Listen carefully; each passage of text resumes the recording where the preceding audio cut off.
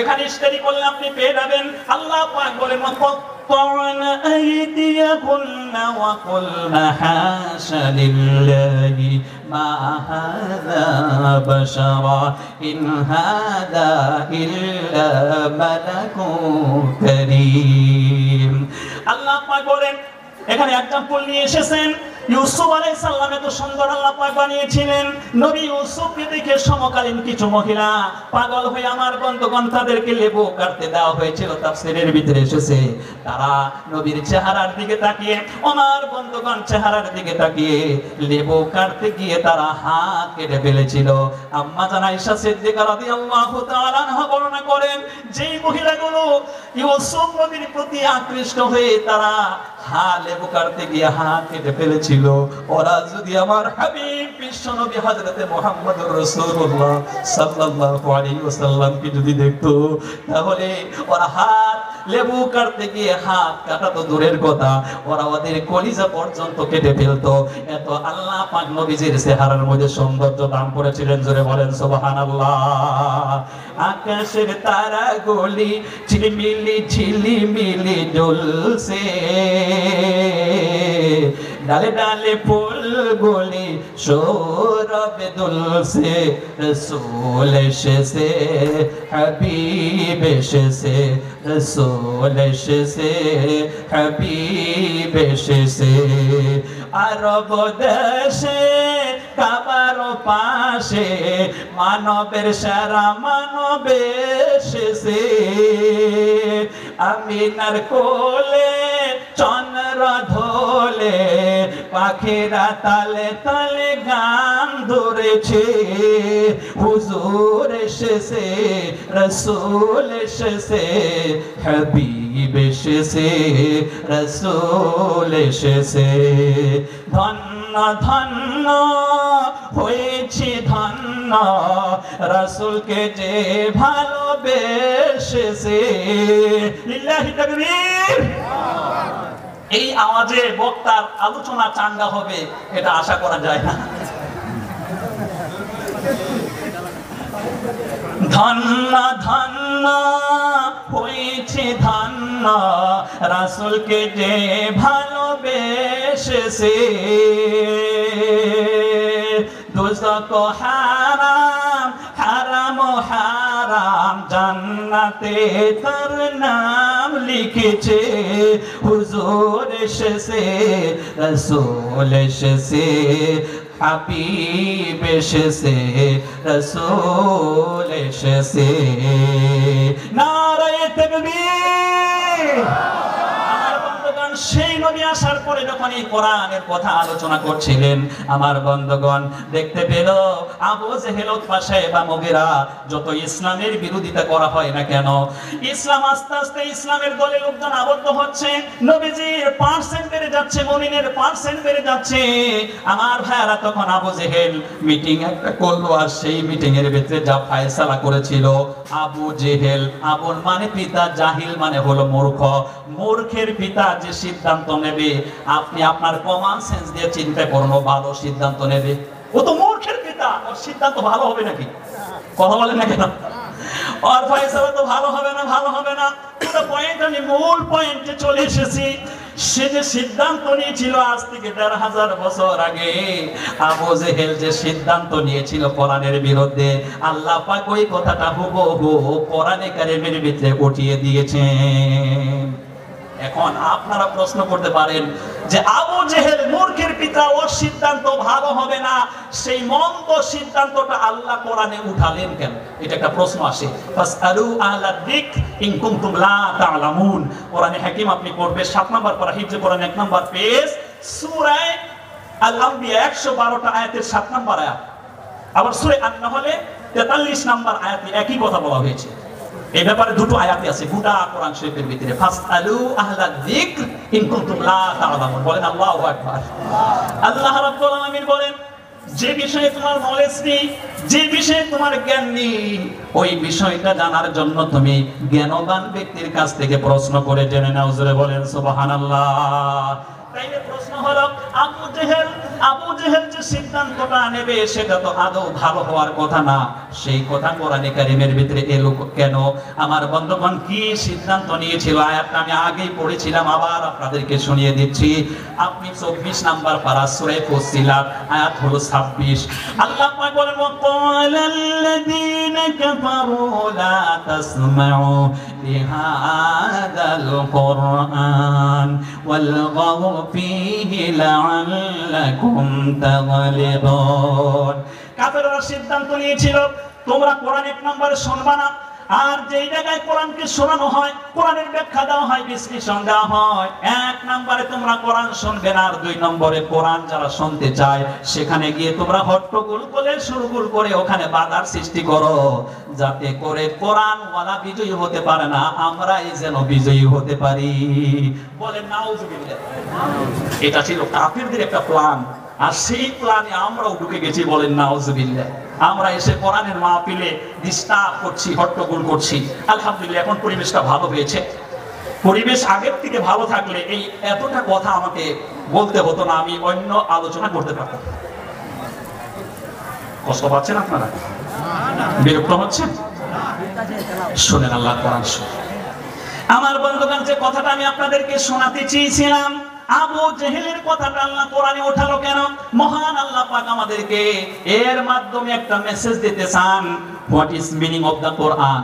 What is message of the Quran? আল্লাহ পাক কোরআনে কি আমাদেরকে মেসেজ দেন, কি আমাদেরকে মিনিং বলেন, কি অর্থ বলেন, এটা অবশ্যই আমাদের জন্য জানা দরকার। কথা বলুন ঠিক কিনা? আল্লাহ রাব্বুল আলামিন কোরআনে হাকিমের ভিতরে বর্ণনা করেন ওয়াদাক্কির ফাইন্নাদ যিকরা তানফাউল মুমিনিন। আল্লাহ পাক, মহান আল্লাহ পাক বলেন, হে নবী আপনি আমার মুমিন বান্দাদেরকে কোরআন দিয়ে নসিহত করুন। কোরআন দিয়ে নসিহত করলে অবশ্যই তাদের ফায়দা হয়ে যাবে। আল্লাহ পাক এখানে কাফিরদের কথাটা উত্তোলন করলেন এই জন্যই, যাতে করে আবু জেহেল মরে যাবে, উতবা সাইবা মরে যাবে, কিন্তু যুগে যুগে ওদের নাতি প্রতি সমাজে আসতেই থাকবে। ওরা যখন থাকবে ওদের সম্মুখে কোরআনে কারীম তিলাওয়াত করলে ওরা সহ্য করতে পারবে না, ওরাও বাধার সৃষ্টি করবে। জোরে বলেন নাউজুবিল্লাহ। আজকে দেখবেন সমাজের ভিতরে এক শ্রেণীর আমাদের মুসলমানদের কাফেরদের কথা তো ভিন্ন, ওরা হচ্ছে ইসলামের দুশমন, কোরআনকে অস্বীকার করেছে। কোরআনে হাকিম যখন আপনি স্টাডি করবেন, সূরা আল আরাফ নিয়ে আসেন, আমি আয়াত দেখাই দেব। 206টা আয়াতে হচ্ছে 40 নাম্বার আয়াত। কোরআনে কারীম স্টাডি করলে আপনি পেয়ে যাবেন হিফজে কোরআন 8 নাম্বার পারার আধা পারায় ঢুকলে আপনি আয়াতটা পেয়ে যাবেন। আয়াত সংখ্যা হলো 40। ইন্নাল্লাযীনা কাযযাবু বিআয়াতিনা ওয়াস্তাকবারু আনহা লা তুফাত্তাহু লাহুম আবওয়াবুস সামাই ওয়া লা ইয়াদখুলুনাল জান্নাতা হাত্তা ইয়ালিদাল الجمل في سم الخياط وكذلك نجزي المجرمين বলেন আল্লাহু আকবার। আল্লাহ রাব্বুল আলামিন বলেন নিশ্চয়ই যারা আমার এই কোরআনে কারীমকে অস্বীকার করবে, আয়াতসমূহ অস্বীকার করবে, আর কোরআনে কারীমের সম্মুখে এসে অহংকার করবে, গৌরব করবে, অর্থাৎ ইসলাম মানবে না, কোরআন মানবে না, অহংকার করবে, গৌরব করবে, কুফরের মধ্যে নিমজ্জিত থাকবে, আল্লাহ পাক বলেন এমন ব্যক্তিদের জন্য আমি আকাশের দরজা খুলব না। মুফাসসিরিনে কেরাম বলেন এখানে আকাশের দরজা দিয়ে হলো জান্নাতের দরজা। জোরে বলেন সুবহানাল্লাহ। এদের জন্য জান্নাতের দরজা উন্মুক্ত করা হবে না। তো কি করা হবে? অন্য আয়াতের ভিতরে আল্লাহ পাক বলেন ইন্নাল্লাযীনা কাফারু ওয়া যালামু লাম ইয়াকুনিল্লাহু লিয়াগফিরা লাহুম ওয়া লা লিয়াহদিয়াহুম ইল্লা তরিকা। যারা করেছে, অস্বীকার করেছে, শুধু অস্বীকার করেছে এমনটা নয়, আবার মুসলমানদের উপরে তারা নির্যাতন চালিয়েছে। সময় পেলে সুযোগ পাইলে মুসলমানদের উপরে নির্যাতন চালায়। আজকে যদি বলা হয় এই পৃথিবীতে সবচেয়ে অবহেলিত, লাঞ্ছিত, বঞ্চিত হচ্ছে, আমার বন্ধুগণ নিষ্পৃত হচ্ছে, নির্যাতিত হচ্ছে, সেই জাতির নাম হলো মুসলমান জাতি। কথা বলুন ঠিক কিনা? ওরা শুধু অস্বীকার করে বসে থাকে না, চান্স পেলেই, সুযোগ পেলেই মুসলমানদের উপরে নির্যাতন জানায়। আল্লাহ পাক বলেন আমি এদের জন্য আর কোনো দরজা খোলা রাখবো না, কোনো রাস্তা খোলা রাখবো না, একটা রাস্তাই খোলা থাকবে, সেটা হলো জাহান্নামের রাস্তা, জাহান্নামের রাস্তা। কথা বলুন ঠিক কিনা? লিল্লাহি তাকবীর। আল্লাহ পাক বলেন ওদের জন্য জান্নাতের দরজা খোলা হবে না। তো কি করা হবে?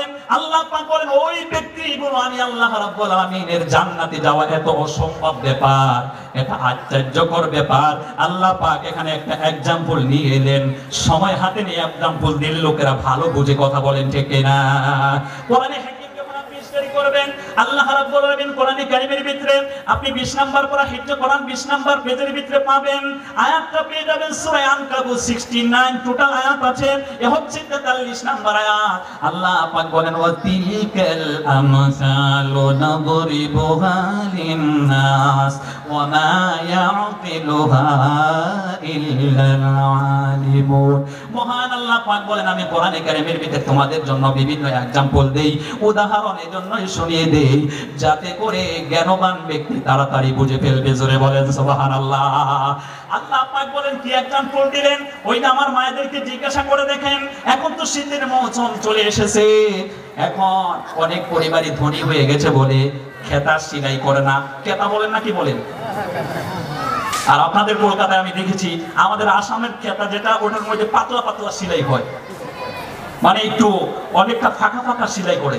আর আপনাদের এখানকার মহিলারা খুব ঘন সেলাই করে, খুব ঘন সেলাই করে। আল্লাহ পাক এক্সাম্পলটা কেমন দিলেন?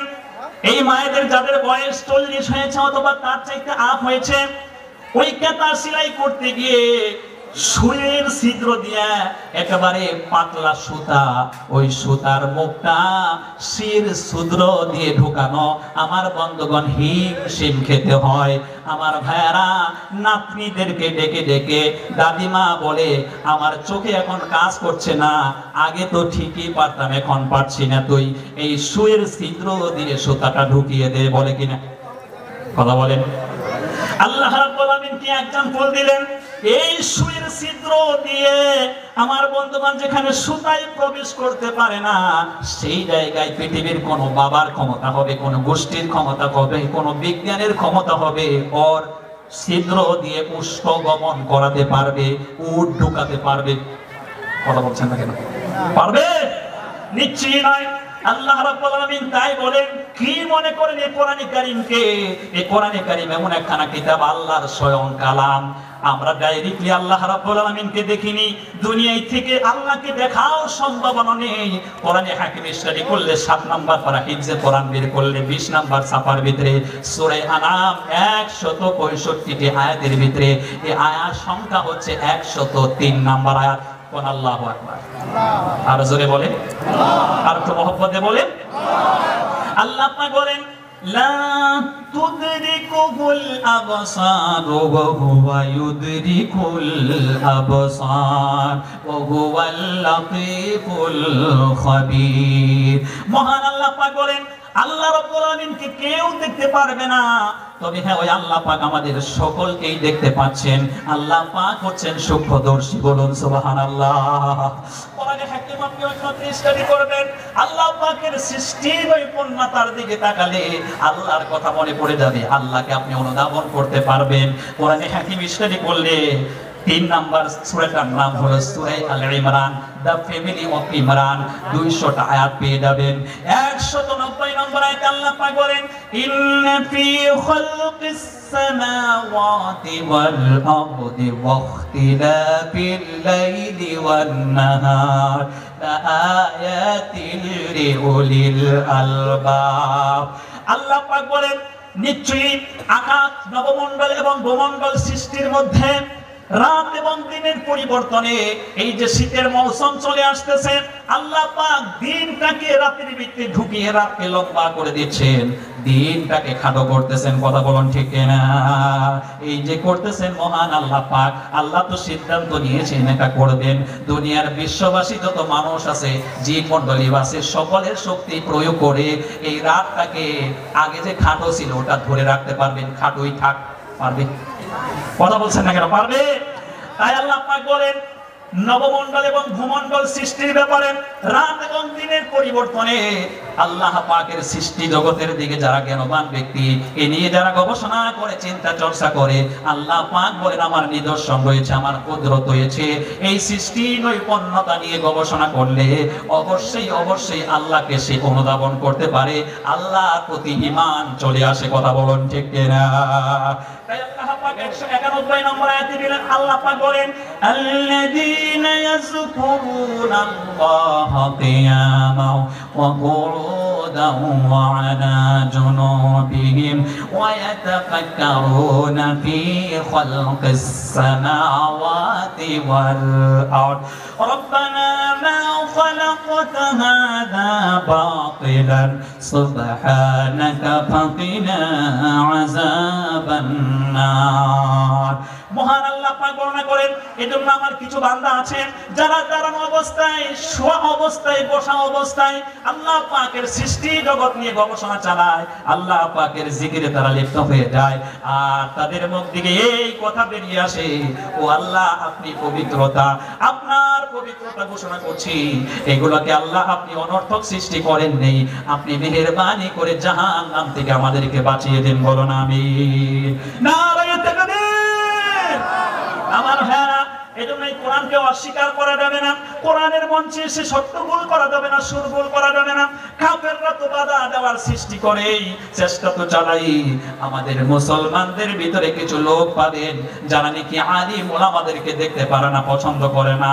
আলিমদের যে কি বিপদ হয়ে গেছে, মৌলভী সাহেবের দারুণ বিপদ। মৌলভী সাহেব যদি স্পিড যায়, এই মৌলভী সাহেব দাওয়াত পেয়েছে, কথা বলছেন না?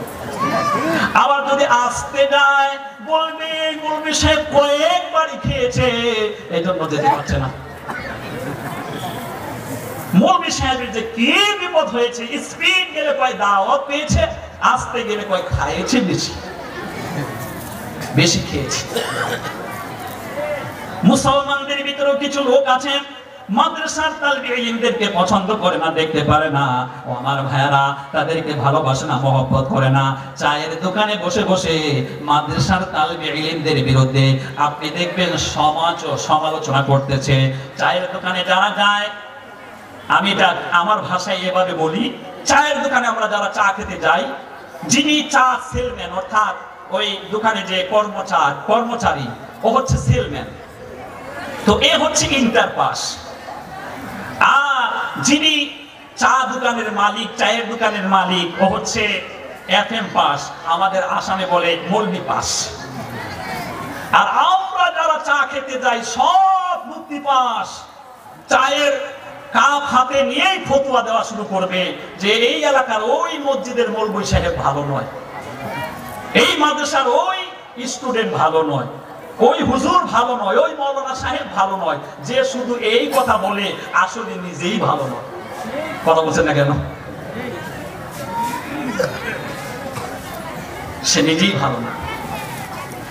এরকম করে বদনাম করে মাদ্রাসার তালিবে ইলমদেরকে পছন্দ করে না, দেখতে পারে না।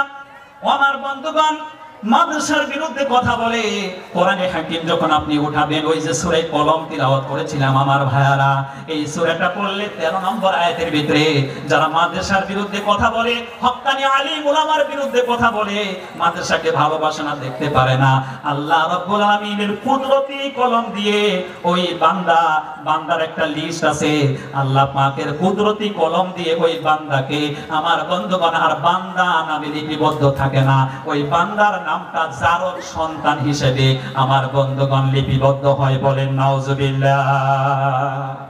জারদ সন্তান হিসেবে লেখা হয়। উতুল্লিন বাদা যালিকা জানিন, আল্লাহ পাক বলেন এটা হচ্ছে জারদ সন্তান। সেজন্য সে কোরআনের বিরুদ্ধে দাঁড়িয়েছে, আলিম ওলামার বিরুদ্ধে দাঁড়িয়েছে, মাদ্রাসার বিরুদ্ধে দাঁড়িয়েছে। কথা বলুন ঠিক কিনা? আল্লাহ পাক সমাজের ভিতরে এরকম কোন ব্যক্তি যদি আছেন, আল্লাহ পাক তাকে হেদায়েত দান করুন, বলুন আমিন। এবার আসুন আমার বন্ধুগণ মূল পয়েন্টে চলে যাই। আল্লাহ রাব্বুল আলামিন কোরআনে হাকিমের ভিতরে বর্ণনা করেন, এটা আপনি পেয়ে যাবেন কোরআনে কারীমের ভিতরে 22 নাম্বার পারার ভিতরে সূরা আল ফাতির 45টি আয়াত রয়েছে। এই সূরাটার ভিতরে আমি 29 নাম্বার আয়াত আপনাদের সম্মুখে তিলাওয়াত করেছি। আল্লাহ পাক বলেন, ইন্নাল্লাযীনা ইয়াতলুনা কিতাবাল্লাহি ওয়া আকামুস সালাতা ওয়া আনফাকু মিম্মা রাযাকনাহুম সিররাও ওয়া আলানিয়াতান ইয়ারজুনা তিজারাতান লান তাবুর। নিশ্চয়ই এই পৃথিবীতে যারা আল্লাহর কোরআন তিলাওয়াত করেছে, মহান আল্লাহ পাক তাকে হুকুম করেছে সালাত কায়েম করার জন্য, সালাতটাও সে আদায় করেছে। আর আল্লাহ পাক তাকে যে সম্পদ দিয়েছে, এই সম্পদগুলোর ভিতর থেকে কিছু অংশ সম্পদ সে কোরআনের নামে খরচ করেছে, দিন এবং নাইট, ডে এবং নাইটে, প্রকাশ্যে এবং গোপনে, এইভাবে সে খরচ করেছে। আল্লাহ রাব্বুল আলামিন বলেন, সে এমন একটা বিজনেস ধারণ করেছে যেই বিজনেসের ভিতরে কখনো লস হয়ে যাওয়ার সম্ভাবনা নাই। 100% বিজনেসে লাভবান হবে এমন আশা নিয়ে সে বিজনেসের ভিতরে ঢুকেছে। জোরে জোরে বলেন সুবহানাল্লাহ। আজকে করোনা আসার কারণে সমস্ত লোকেদের বিজনেস বন্ধ হয়ে গেছে, লসের মধ্যে পড়েছে আমার ভাইয়ারা। কিন্তু কোরআনের সাথে যদি আপনার বিজনেস চালু হয়ে যায়, কোরআনের খেদমত, মাদ্রাসার খেদমত, আলিম ওলামার খেদমত, কোরআনের জন্য টাকা খরচ করা, ইসলাম প্রচারের জন্য টাকা খরচ করা, এটা এমন একটা ব্যবসা যে এই ব্যবসার ভিতরে কখনোই লস হয়ে যাবে না। জোরে বলেন সুবহানাল্লাহ। নারে তাকবীর। বিজনেসটা কেমন করে করতে হবে? আল্লাহ রাব্বুল আলামিন কোরআনে কারীম 10 নম্বর পারা প্রথম যে সূরাটা হবে, সূরার নাম হতেছে সূরা আনফাল। টোটাল 75টি আয়াত আছে। 74 নম্বর আয়াতের ভিতরে আল্লাহ পাক বলেন, ওয়াল্লাযীনা আমানু ওয়া হাজারু ওয়া জাহাদু ফি সাবিলিল্লাহি ওয়াল্লাযীনা আওয়াউ ওয়া নাসারু উলাইকা হুমুল মুমিনুনা হাক্কান লাহুম মাগফিরাতুন ওয়া রিজকুন কারীম। বলুন আল্লাহু আকবার। আল্লাহ পাক বলেন, যারা ঈমান এনেছে এরপরে হিজরত করেছে, এই হিজরতকারী ব্যক্তিদেরকে যারা আল্লাহকে ওয়াস্তে মহব্বত করে তাদেরকে সাহায্য করেছে, নসরত করেছে, মহান আল্লাহ পাক বলেন, এই কর্মধারার ভিতরে তারা যারা রয়েছে, আল্লাহ পাক তাদের ব্যাপারে বলেন, এরা হলো 1 নম্বরে আমি তাদেরকে সার্টিফিকেট দিচ্ছি, তারা হলো পাক্কা মুমিন, পাক্কা মুমিন। জোরে বলেন সুবহানাল্লাহ। আমার ভাইরা, আজ থেকে 4000 বছর আগে মক্কা নগরীতে যারা ইসলাম কবুল করেছিল, ইসলাম কবুল করার কারণে মক্কাতে তারা টিকে থাকতে পারেনি, তাদেরকে নির্যাতন চালানোর মাধ্যমে তারা চলে গিয়েছিলেন মদিনায়। মদিনায় যাবার পরে আনসারী সাহাবাগুলো, আমার সম্মানিত ভাইরা, তাদেরকে আমার ভাইরা বুকের মধ্যে জড়িয়ে ধরে তারা আদর দিয়েছে, মহব্বত দিয়েছে, ভালোবাসা দিয়েছে। এমনকি নিজের ভাই হিসেবে ভাইকে গ্রহণ করে কোরআনে হাকিম স্টাডি করলে আপনি পেয়ে যাবেন সূরা হুজরাত 26 নম্বর পারা 18টা আয়াত, যেখানে 10 নম্বর আয়াতে আল্লাহ পাকের বক্তব্য, ইন্নামাল মুমিনুনা ইখওয়াতুম ফাআসলিহু বাইনা আখাওয়াইকুম ওয়াত্তাকুল্লাহা লাআল্লাকুম তুরহামুন। আল্লাহ পাক বলেন, নিশ্চয় এক মুমিন অপর মুমিনের ভাই ভাই, অতএব তাদের সাথে ভালো আচরণ করো, সম্মানজনক ব্যবহার করো, আল্লাহকে ভয় করো, আল্লাহ তোমাদের প্রতি রহম নাজিল করবেন। সুবহানাল্লাহ।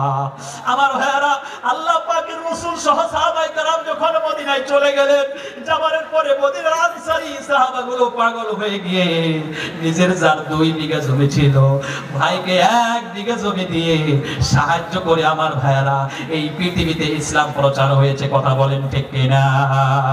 এ শাহাদাত গাহে उल्फत में कदम रखना, शहादत गहे फतह में कदम रखना लोग समझते हैं कि आसान है मुसलमान होना। এই পৃথিবীতে আমার বন্ধুগণ ইসলাম কবুল করা সহজ ব্যাপার নয়। যারা ইসলাম কবুল করেছে তাদের উপরে নির্যাতন এসেছে। আর আমার ভাইরা এই নির্যাতিত মুসলিমদেরকে আনসারী সাহাবীগুলো সাহায্য করেছিল। সাহায্য করার কারণে আল্লাহ পাক তাদের প্রতি খুশি হয়ে গেছেন, সন্তুষ্ট হয়ে গেছেন। আমার ভাইরা তাদের প্রতি আল্লাহ রাজি হয়ে গেছেন। সুবহানাল্লাহ। আমার ভাইরা কেমনে করে রাজি হয়ে গেল? আল্লাহ পাকের রাসূল মসজিদে নববীর ভিতরে সাহাবাদেরকে নিয়ে এরকম বক্তৃতা প্রদান করছেন। এমনটা সময় আল্লাহর রাসূলের কাছে একজন সাহাবী এসে বলল, হে আল্লাহর রাসূল, আমি আপনার বাড়িতে মেহমান হয়েছি, কয়েকটা দিন হয়ে গেল আমি খাবার খেতে পাই না, আপনি আমাকে খাবারের ব্যবস্থা করুন, আপনি আমাকে মেহমানদারি করুন। আল্লাহর রাসূল এমন ব্যক্তি ছিলেন, মেহমানদারি করতেন। কথা বলুন ঠিক কিনা? মেহমানদারি করতেন। আল্লাহ পাকের রাসূল সাহাবীকে ঘরের মধ্যে পাঠিয়ে দিলেন। আমার বন্ধুগণ, ওই সময় নবীজির যতজন স্ত্রী জীবিত ছিল স্ত্রীর ঘরে পাঠিয়ে দিলেন, খবর নিয়ে আসো ঘরের ভিতরে খাবার আছে কিনা, মেহমান এসেছে, খানা দিতে হবে। সাহাবী যখন ঘরের মধ্যে চলে গেলেন, আমার ভাইরা এই পৃথিবীর প্রেসিডেন্ট বিশ্বনবী দু জাহানের বাদশা হযরতে মুহাম্মদুর রাসূলুল্লাহ সাল্লাল্লাহু আলাইহি ওয়াসাল্লামের স্ত্রীর ঘরগুলোতে যাওয়া হলো, কোন স্ত্রীর ঘরে খাবার নাই, খাবার না। আমার বন্ধুগণ, ইন্নাল্লাহা হুয়ার রাজ্জাকু যুল কুওয়াতিল মাতিন। আল্লাহ পাক হলেন রিজিকের মালিক। আর যে নবীকে আল্লাহ পাক ভালোবেসেছেন, মহব্বত করেছেন, সেই নবীর ঘরে খাবার নাই।